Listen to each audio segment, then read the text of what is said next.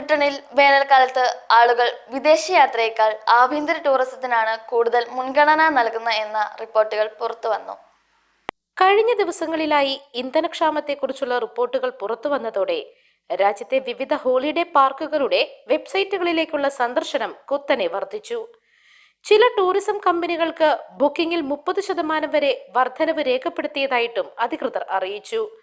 Covid കാലത്തെ പോലെ തന്നെ യാത്രകളിൽ അനിശ്ചിതത്വം ഒഴിവാക്കാനാണ് കുടുംബങ്ങൾ ഇത്തവണ ആഭ്യന്തര യാത്രകൾ തിരഞ്ഞെടുക്കുന്നതെന്ന് ടൂറിസം മേഖല വിലയിരുത്തി. അതേസമയം ജീവിത ചെലവ് ഉയരുന്നതും ഈ മാറ്റത്തിന് വലിയ കാരണമായി മാറുകയാണ്.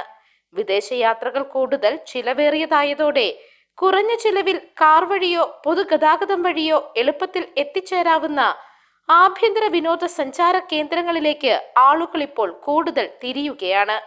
പല കുടുംബങ്ങളും അവധി ദിവസങ്ങൾ കുറയ്ക്കുകയോ അടുത്തുള്ള സ്ഥലങ്ങൾ തിരഞ്ഞെടുക്കുകയോ ചെയ്യുന്നതായിട്ടാണ് റിപ്പോർട്ടുകൾ. കൂടാതെ അവസാന നിമിഷം യാത്രകൾ ബുക്ക് ചെയ്യുന്നവരുടെ എണ്ണം ഇരട്ടിയായതായിട്ടും ടൂറിസം കമ്പനി വ്യക്തമാക്കി. News desk Magnavision.